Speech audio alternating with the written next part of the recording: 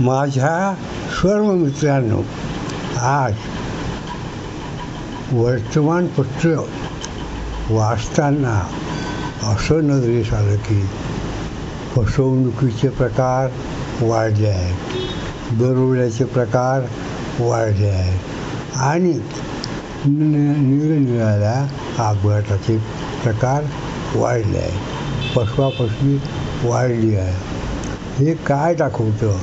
हे एकच दाखवतं की लोकांना मेहनत करून पैसे मिळवायच्या ऐवजी शॉर्टकटनं पैसे मिळवायची लालूच लागली आहे आणि हे समाज स्वास्थ्यासाठी धोकादायक असून प्रत्येक समाजातील कारभारी मंडळींनी यात लक्ष घालणं आवश्यक आहे.